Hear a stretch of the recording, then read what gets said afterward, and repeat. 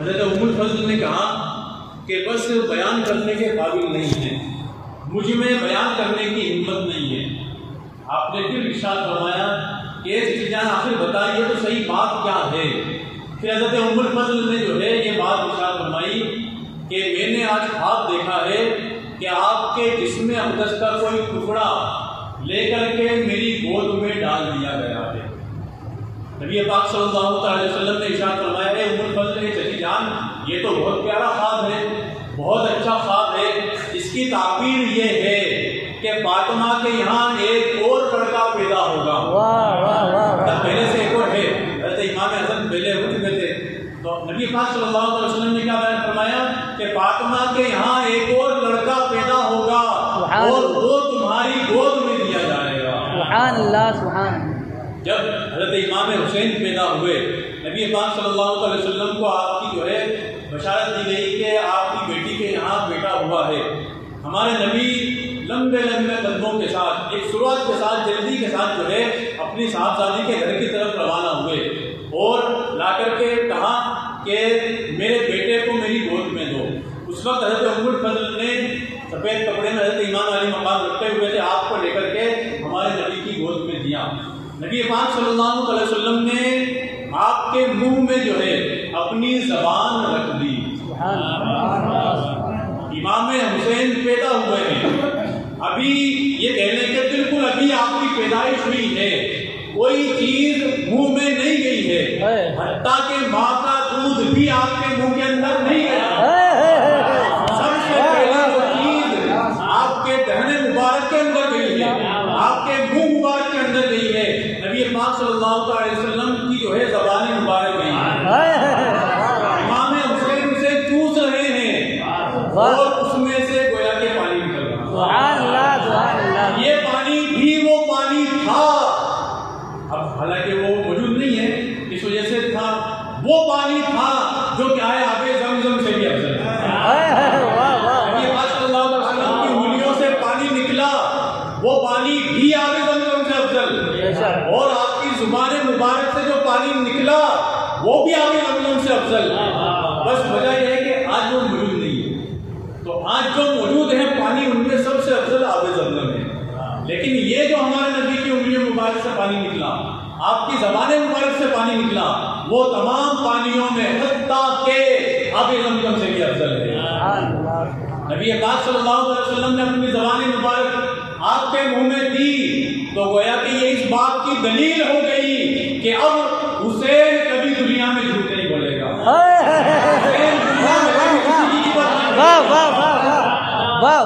حسین کبھی کسی کے بہکاوے میں نہیں آئے گا۔ اور کچھ بڑا ہوئے تو نبی پاک صلی اللہ علیہ وسلم نے انگلی پکڑ کے چلنا سکھایا۔ نبی پاک صلی اللہ علیہ وسلم نے امام علی مقام کا ہاتھ اپنے ہاتھ میں لیا، یہ اس بات کی دلیل ہو گئی کہ جب وہ ہاتھ نبی نے اپنے ہاتھ میں لے لیا تو اب جو ہے یہ ہاتھ کسی ظالم کے ہاتھ میں نہیں آتا۔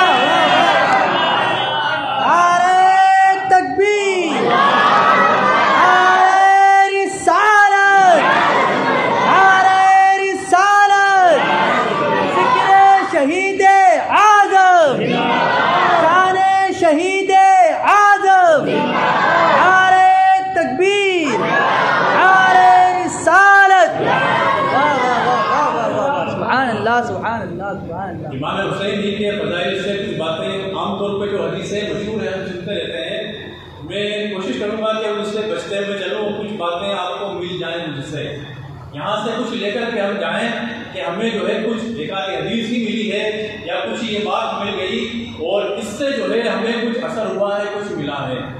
حضرت گرامی عام طور پہ کبھی یہ ہوتا ہے کہ امام حسین کے فضائل بیان کیے جا رہے ہیں، کربلا کا واقعہ بیان کیا جا رہا ہے اور کربلا کی داستان بیان کی جا رہی ہے، اور کہا تھا کہ کیسے میرے حسین تھے، کچھ نہیں تھا، کھانے کو نہیں مل رہا تھا، بھوک پیاس سے جو ہے پریشان ہے، یعنی کہ ایک بے بسی بتانے کی کوشش کی جاتی ہے۔ حالانکہ اس طریقے سے اہل بیت کی شان بیان نہیں کی جائے گی، وہ کسی چیز کے محتاج نہیں تھے۔ یہ ہم سنتے تھے بارہا کہ صدیوں کے بعد انہی کی آل میں سے غریب نواز نے جو ہے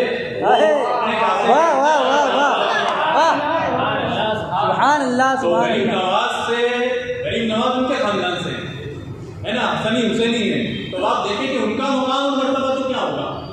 حضرت عقبہ بن نافع ایک صحابی رسول ہے، حالانکہ ان کا نام شاید آپ نے پہلے سنا نہیں ہوگا، زیادہ مشہور نہیں ہے لیکن صحابی ہے عقبہ بن نافع.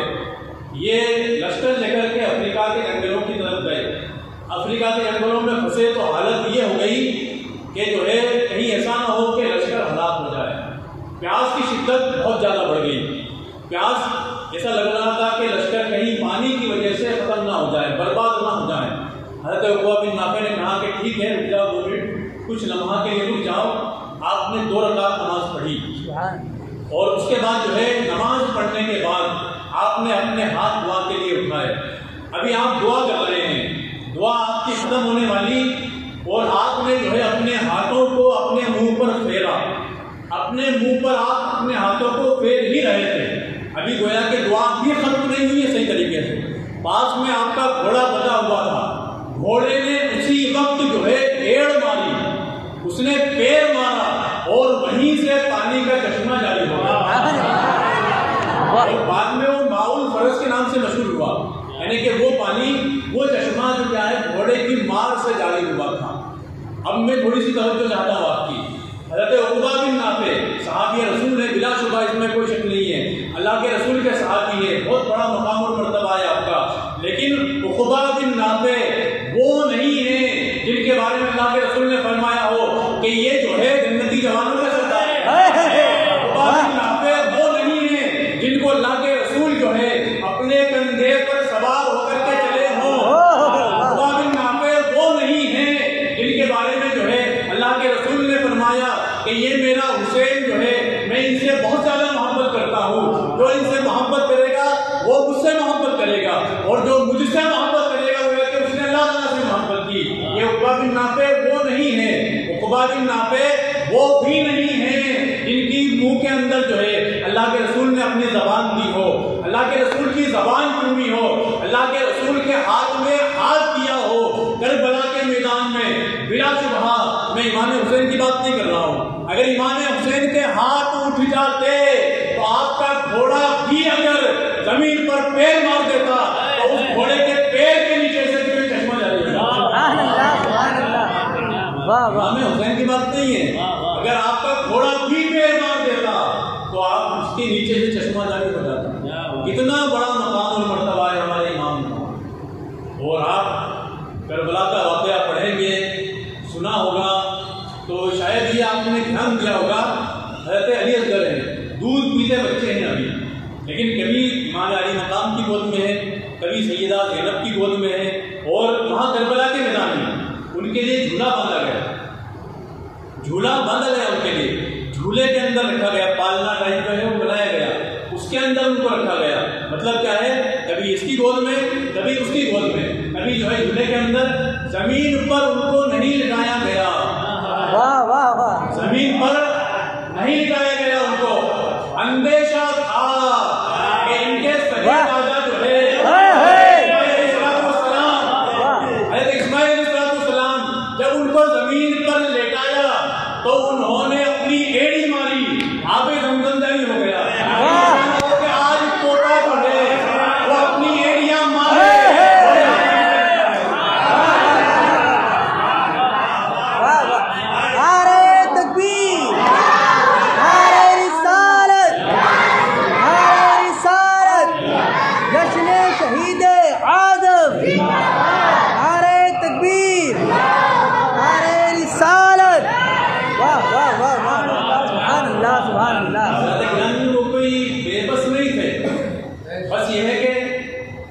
تقدیر پر راضی تھے، طاقت تھی، پاور تھا، لیکن اس کو دکھانا نہیں تھا، اس کو دکھانا نہیں تھا، یہی وجہ تھی. اور تھوڑا لوگ کچھ یہ بھی کرتے ہیں کہ کچھ لوگ زیادہ ہی حضرت علی کے دیوانے ہو جاتے ہیں یا حضرت امام حسین کے دیوانے ہو جاتے ہیں، تو اب وہ شیخین یعنی کہ حضرت ابوبکر صدیق، حضرت عمر فاروق اعظم اور پھر حضرت عثمان غنی کو بھی کیا ہے کچھ برا بھلا کہنے لگ جاتے ہیں. لیکن آپ دیکھیں کہ ان لوگوں کی آپس میں محبت کیسی تھی. کربلا کے اندر حضرت علی کے خاندان ہی میں سے، اہل بیت ہی میں سے ابو بکر بھی موجود ہیں، عثمان بھی موجود ہیں، عمر بھی موجود ہیں، تینوں خلیفہ وہ نہیں، اہل بیت میں سے یہ نام ہے۔ ہمیں کوئی بہت زیادہ محبوب ہوتا ہے، بہت پیارا ہوتا ہے، کب جا کر کے اپنے بیٹے کا نام اس کے نام سے ابو بکر بھی موجود ہے، عثمان بھی موجود ہے اور عمر بھی موجود ہے۔ ان لوگوں کی آپس میں تو محبت بہت زیادہ تھی، لیکن بس جو ہے کچھ لوگوں نے یہ کہہ کر کے ان کو برا بھلا کہنا شروع کر دیا کہ وہ انہوں نے جو ہے خلافت جو ہے اس پر خلافت پر قبضہ کر لیا، معاذ اللہ رب العالمین۔ اللہ تعالیٰ کی مشیت ہی ایسی تھی، اور کئی احادیث میں اشارہ ملتا ہے کہ پہلا خلیفہ کون ہوگا، دوسرا کون ہوگا، تیسرا کون ہوگا، خیر اس طرح مجھے جانا نہیں ہے۔ حضرت عبداللہ بن عباس رضی اللہ تعالیٰ عنہ سے روایت ہے کہ جب مدائن فتح ہوا، ایک جگہ کا نام ہے یہ، مدائن فتح ہوا تو بہت سارا مال غنیمت آیا۔ حضرت عمر نے ارشاد فرمایا کہ مسجد میں جو ہے چادر وغیرہ بچھا دی جائے اور اس پر مال کو بھیج دیا جائے۔ پھر آپ نے تمام صحابہ اکرام کو بلایا، حضرت عثمان غنی رضی اللہ تعالیٰ عنہ وہ بھی مسجد سے آ رہے ہیں، حضرت علی وہ بھی تشریف لا رہے ہیں، اور دوسرے صحابہ اکرام وہ بھی تشریف لا رہے ہیں۔ پھر آپ نے سب سے پہلے خلیفہ دوم ہیں، دوسرے خلیفہ ہیں، آپ نے سب سے پہلے حضرت امام حسن رضی اللہ تعالیٰ عنہ کو بلایا۔ حضرت امام حسن تشریف لائے اور آپ نے کہا کہ مرحبا ایک صاحبزادے، اور پھر کہا خادم سے کہ ان کو 1000 درہم دے دو۔ 1000 درہم حضرت امام حسن کو دے دیے گئے۔ پھر اس کے بعد حضرت امام حسین آئے، امام حسین نے بھی کہا گیا کہ مرحبا ایک شہزادے، اور ان کو بھی کہا گیا کہ 1000 درہم ان کو بھی ادا کر دیے جائیں، 1000 درہم ان کو بھی دے دیے گئے۔ اب تیسرے نمبر پر حضرت عمر کے صاحبزادے خود حضرت عبداللہ ابن عمر، حضرت عمر کے صاحبزادے وہ آئے، تو ان کو حضرت عمر نے حکم دیا کہ ان کو 500 درہم دیے جائیں۔ آپ کے صاحبزادے نے سوال کھڑا کیا کہ اے خلیفہ، اے امیر المومنین، حضرت امام حسن امام حسین اللہ کے رسول کے زمانے میں چھوٹے تھے، جب جنگوں میں جانے کے قابل بھی نہیں تھے، اور میں اس وقت بھی جوان تھا، اس وقت سے جنگ کرتا آ رہا ہوں، اسلام کے لیے لڑتا آ رہا ہوں، اور آپ نے جو ہے مجھے ان سے آدھا دیا، ان سے اتنا کم پیسہ مجھے دیا۔ حضرت عمر رضی اللہ تعالیٰ عنہ نے اپنے بیٹے کو مخاطب کر کے، حضرت عبداللہ آپ کے بیٹے ہیں، آپ کو مخاطب کر کے ارشاد فرمایا کہ اے عبداللہ، کیا تیرے پاس ان کے ماموں جیسا ماموں ہے، چچا جیسا چچا ہے، کیا تیرے پاس ان کی پھوپھی جیسی پھوپھی ہے، کیا تیرے پاس ان کے باپ جیسا باپ ہے، کیا تیرے پاس ان کی ماں جیسی ماں ہے، کیا تیرے پاس ان کے نانا کے جیسا نانا ہے؟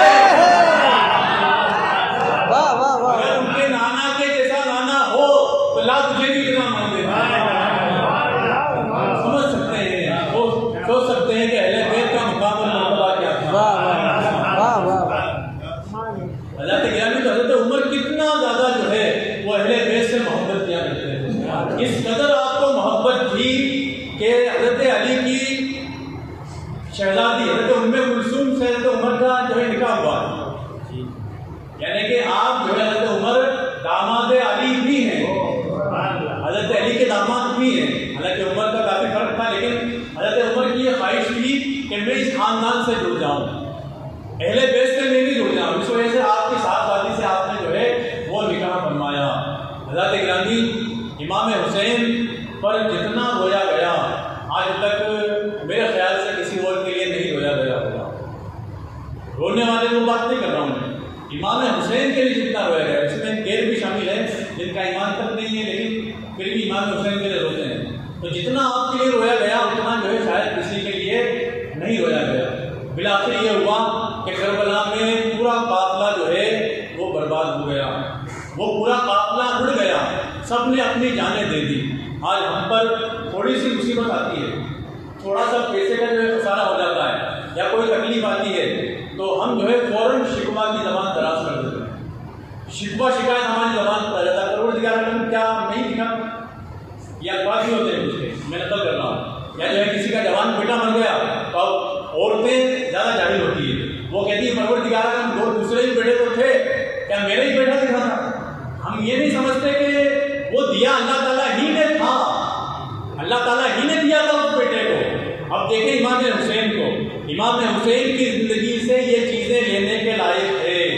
آپ بار بار کربلا کے میدان میں جا رہے ہیں جہاں پہ جو ہے کشتی لڑی جا رہی ہے، جہاں پہ جنگ لڑی جا رہی ہے، آپ حضرت امام علی اکبر کو اٹھا کر کے لا رہے ہیں اور اس کے بعد تبارک و تعالیٰ کی بارگاہ میں عرض کرتے ہیں پروردگار عالم یہ قربانی بھی قبول فرما۔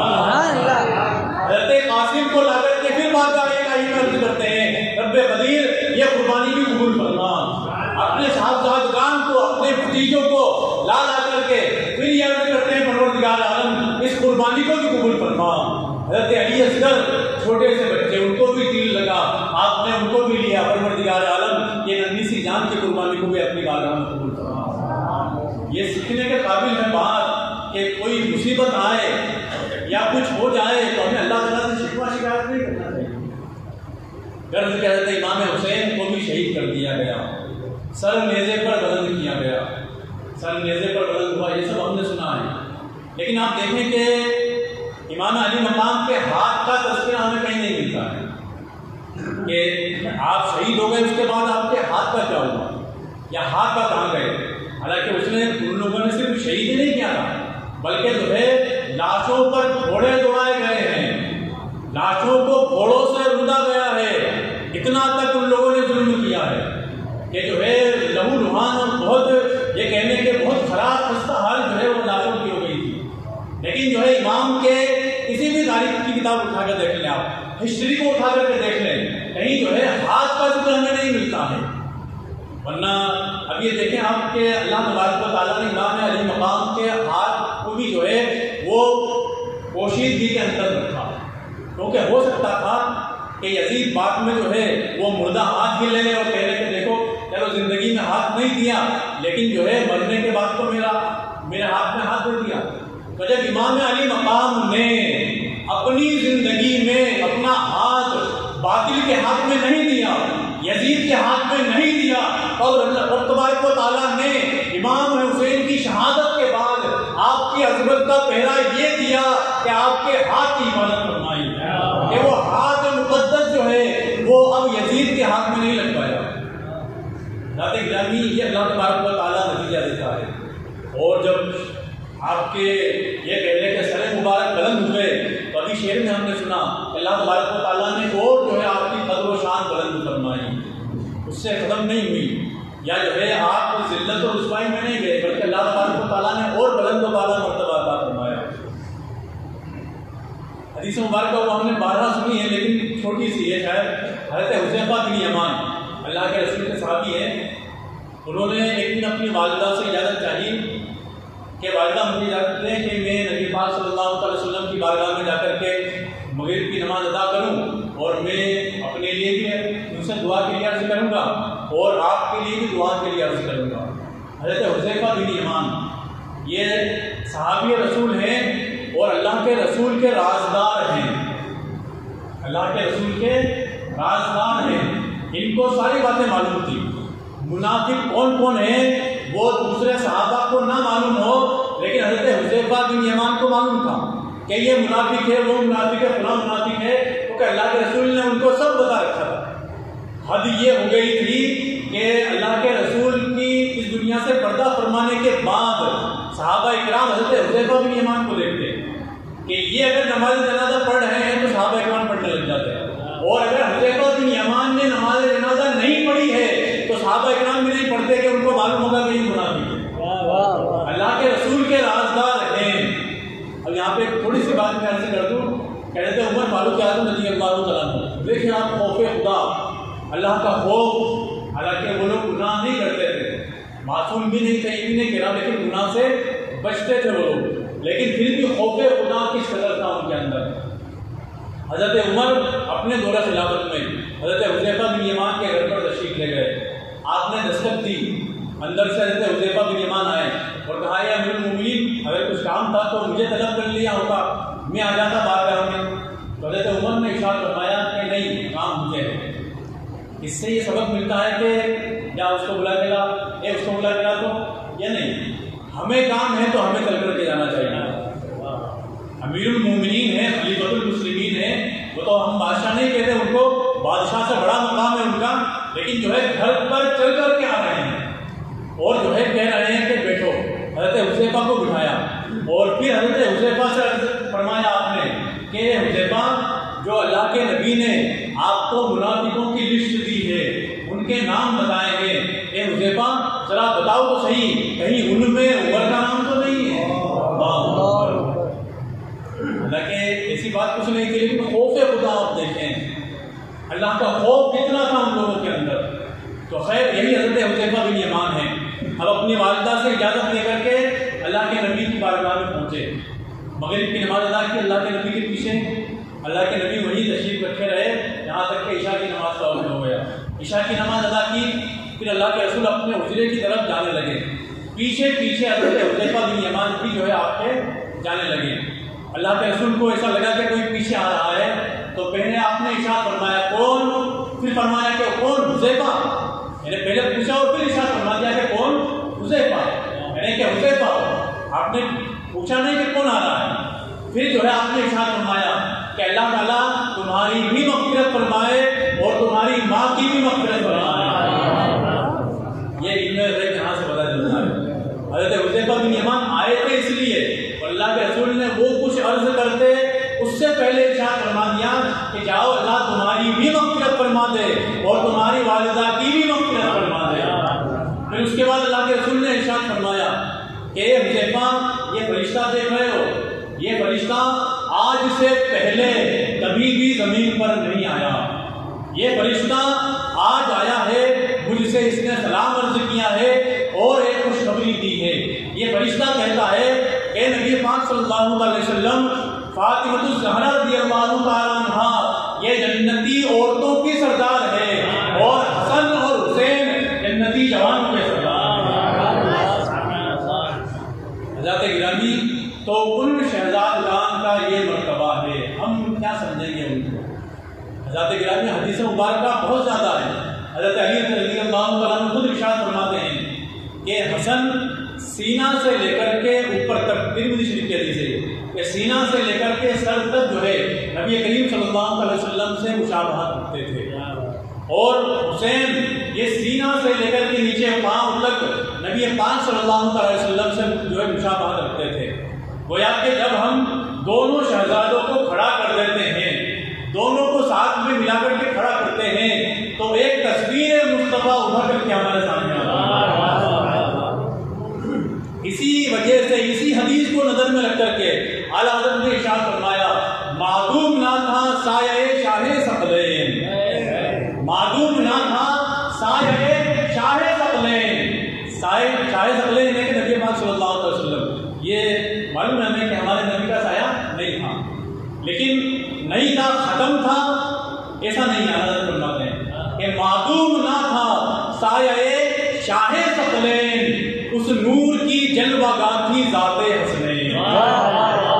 وہ سایہ کہاں جلوہ کرتا, وہ ذات حسنین کے اندر جلوہ کرتا. معدوم نہ تھا سایہ شاہ ثقلین, اس نور کی جلوہ گاہ تھی ذات حسنین.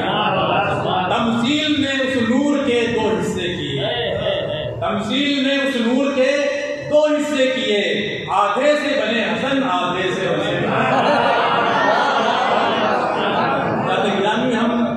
کیا ان کی تعریف بیان کریں گے, کتنی حدیث مبارکہ بیان کریں گے. حضرات گرامی وہ مقام اور مرتبہ ہے اور انہوں نے دین کی خاطر, یہ بات دھیان میں رکھیں, دین کی خاطر, اپنی ذات کے لیے نہیں. آج کچھ لوگ پیدا ہو گئے ہیں پھر, حالانکہ یزید کی یزیدیت ختم ہو گئی تھی.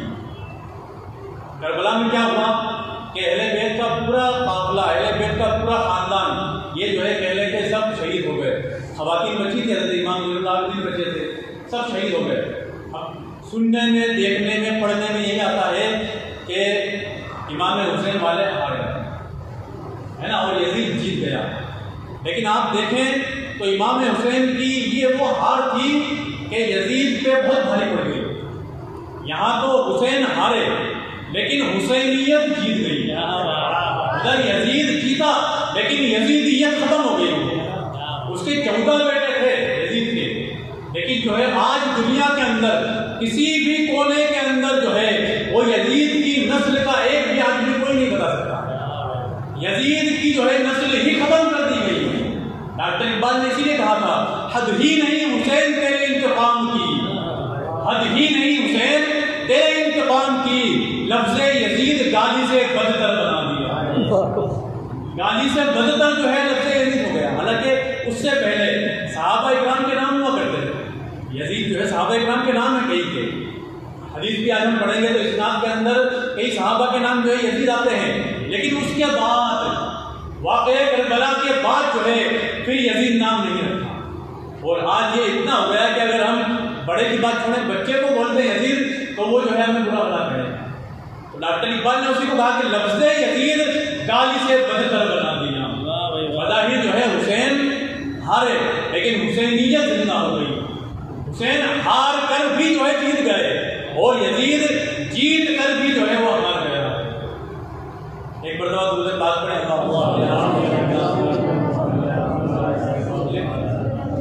سلام علیکم یا رسول اللہ صلی اللہ علیہ وسلم۔ ٹائم میرا ختم ہوا، بس یہ کہہ لیں کہ کربلا ہمیں کیا پیغام دیتی ہے، کربلا سے ہمیں کیا پیغام ملتا ہے۔ میرے وہ بات شاید ادھوری چھوڑ دی کہ ہمیں یہ دھیان میں رکھنا چاہیے کہ ہماری عبادتیں جو ہے وہ ہر عبادت ہمیں پیغام دیتی ہے۔ ہم جو ہے یہ اس سے پہلے والا مہینہ بکرا لاتے ہیں تو کوئی لاکھ کا لا رہا ہے، کوئی جو ہے 50,000 کا لا رہا ہے بکرا، اچھے سے اس کی قربانی کر دیتے ہیں، لیکن قربانی سے مقصد صرف کیا اس جانور کو ذبح کرنا ہے؟ نہیں، صرف اس جانور کو ذبح کرنا نہیں ہے، اس کا مقصد یہ بھی ہے کہ جس طریقے سے حضرت ابراہیم علیہ السلام نے کیا تھا کہ ان کو حکم ہوا کہ اپنے بیٹے کو ذبح کرو، ابراہیم علیہ السلام نے نہیں کہ کیوں کیا ضرورت ہے بیٹے کو ذبح کرنے سے کیا ہوگا، کچھ بھی نہیں، بس رب کا حکم ہے کہ بیٹے کو ذبح کرنا ہے تو بیٹے کو ذبح کر دیا۔ آپ بولیں گے ذبح نہیں ہوا تھا، حضرت ابراہیم علیہ السلام نے اپنا کام پورا کر دیا۔ اب یہ ہے اللہ تعالیٰ کی طرف سے جانور آ گیا اور جانور ذبح ہوا، حضرت ابراہیم علیہ السلام نے کچھ بھی کمی نہیں چھوڑی تھی۔ تو اس کا مقصد یہی ہے کہ آج جانور ذبح کر رہے ہیں، کل کو اگر ضرورت پڑی تو دین کی خاطر اپنا بیٹا بھی قربان کرنے سے پیچھے نہیں ہٹیں گے۔ کربلا بھی ہمیں یہی پیغام دیتی ہے کہ امام حسین نے دین کی خاطر، اپنے نانا جان کے دین کی خاطر جو ہے وہ سب کچھ لٹا دیا، پورا قافلہ جو ہے وہ لٹا دیا، سب قربان ہو گئے۔ اس لیے نہیں کہ ہم روڈ پر سڑکوں پر جو ہے وہ ناچے گائیں، خوب جو ہے دھاما چوکڑی ہم کریں، نہیں، اس لیے نہیں کیا تھا، بلکہ اس لیے کیا تھا کہ ہم اس مشن کو لے کر کے آگے بڑھے ہیں۔ اللہ کا دین غالب ہو، اللہ کا دین غالب ہو، یہی کیا ہے مشن ہے۔ امام علی مقام کا مشن یہی تھا کہ تمام دینوں پر اللہ کا دین غالب ہو، لیکن آج ہماری وجہ سے لوگ جو ہے اسلام کا غلط تصور لے رہے ہیں۔ اگر وہ اسلام کو نہیں پڑھیں گے تو غلط تصور اسلام کا ذہن میں بیٹھے گا کہ جو ہے مسلمان ایسے ہوتے ہیں، اسلام میں یہ حکم دیا گیا ہے، سمجھ نہیں پاتے اس چیز کو، اور وجہ جو ہے ہمارا عمل بنتا ہے کہ ہمارا عمل صحیح نہیں ہے۔ اس کی وجہ یہ ہوتی ہے کہ دوسرا غلط تصور لے کر کے جاتا ہے۔ اب آپ سوچیں کہ آخر یہ رات ہے، اس کے بعد جو آنے والی رات ہے وہ شب عاشورہ ہے، شب عاشورہ ہے۔ اس رات میں ہمارے یہاں کیا ہوگا، اور آپ کربلا کو پڑھیں کہ اس وقت جو ہے حسینی خیمے کے اندر کیا ہو رہا تھا اور یزیدی خیمے کے اندر کیا ہو رہا تھا۔ ہم جو ہے کس کا کام کر رہے ہیں، ہم جو ہے کس کے راستے پر چل رہے ہیں، سوچنے والی بات ہے۔ اس دن جو ہے کئی اہل بیت کے جو ہے بڑے بڑے یہ کہہ لیں کہ اہل بیت میں سے نوجوان شہید ہوئے، بچے تک شہید ہوئے، یہ سب شہید ہو گئے اس دن 10 محرم الحرام کو۔ اہل بیت کا قافلہ جو ہے لٹا، کئی علماء کرام نے یہ بھی کہا کہ ہر پتھر کے نیچے سے خون موجود تھا اس وقت، اتنا جو ہے ظلم و ستم ڈھایا گیا، کس قدر رنج و الم کی بات تھی، دکھ تکلیف کی بات تھی۔ اور آج ہم اسی دن جب امام علی مقام کی شہادت ہوئی، جب ان کے بیٹوں کو جو ہے شہید کر دیا گیا، ان کے بھتیجوں کو شہید کر دیا گیا، اسی دن ہماری مائیں بہنیں جو ہے وہ تیار ہو کر کے بند سمجھ کر کے جا کر کے جو ہے وہاں دکھاوا کرتی ہیں۔ سوچنے والی بات ہے، شادی کی طرح تیار ہو کر کے وہاں جاتی ہے، اور پھر جب وہ تیار ہو کر کے جاتی ہے تو ہمارے نوجوان کہاں سے پیچھے رہیں گے، وہ ان کو دیکھنے کے لیے جو ہے وہاں پر جاتے ہیں۔ یہ کس دن کرتے ہیں ہم، جس دن جو ہے اہل بیت کا خاندان، پورے اہل بیت جو ہے وہ قافلہ پورا جو ہے وہ لوٹ دیا گیا. ہمارے امام شہید ہو گئے, اس دن ہم یہ گناہ کرتے ہیں.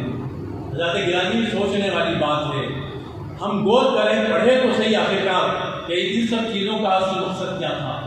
حضرت امام نے اپنی جان کربلا میں گوا دی, قربان کر دی اللہ کے دین کے لیے. دین غالب ہو, آج دین کہاں جا رہا ہے؟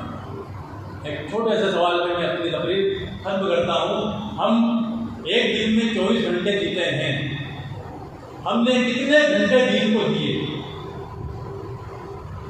24 گھنٹے میں سے کتنے گھنٹے دین کو دیے؟ گھنٹے کی تو بات جانا نہیں, کتنے منٹ دین کو دیا ہم نے؟ نماز پڑھنے آتے ہیں تو کوئی احسان کرنے نہیں آتے ہم, ہمارا ہی فائدہ ہے اس کے اندر. عبادت کے لیے فرشتے کم نہیں ہیں, کم نہیں ہیں فرشتے, بے شمار ہیں, کوئی گنتی نہیں ہے ان کی, ہے نا. تو وہاں کچھ کمی نہیں ہے, ہم کوئی احسان نہیں کرتے ہیں. دین کو کیا ٹائم دیا ہم نے, دین کے لیے کیا وقت نکالا ہم نے؟ تو جواب یہ ہوگا کہ نہ. یہی وجہ ہے کہ آج دین کہاں ہے. ہم صرف جو ہے اپنے لیے جی رہے ہیں, اور اہل بیت کا خاندان امام علی مقام وہ دین کے لیے جیے تھے. گھر ان کا کیسا تھا؟ ٹوٹا ہے, پانی اس میں سے ٹپک رہا ہے, اس سے مطلب نہیں ہے. زندگی خدا کے دین کے لیے ہے. اسی وجہ سے یزید کے ہاتھ میں ہاتھ نہیں دیا. ہم جی رہے ہیں اپنی ذات کے لیے, گھر اچھے بنا لیے, سب کچھ اچھا بنا لیا, مسجدیں ہماری جو ہے بہت بلند و بالا ہے, اے سی وغیرہ ہم نے لگا لی, لیکن جو ہے اس کے باوجود دین کی حالت کیا ہے؟ دین کہاں جا رہا ہے ہمارا؟ آج آپ دیکھیں کہ دین کی حالت کیا ہے. وہ لوگ کم تھے لیکن پھر بھی جو ہے دین بلند تھا, دین سرخرو تھا, لیکن جو ہے آج حالت دین کی بہت جو ہے خستہ حالت میں ہے دین. حضرت گرامی باتیں کہنے کی بہت ہے, سننے کی بھی بہت ہے. مجھے جو ٹائم دیا گیا تھا وہ ختم ہوا, اور انشاءاللہ پھر علماء کی کچھ باتیں اور کہی جائیں گی. اللہ ہم سب کو صحیح عمل کرنے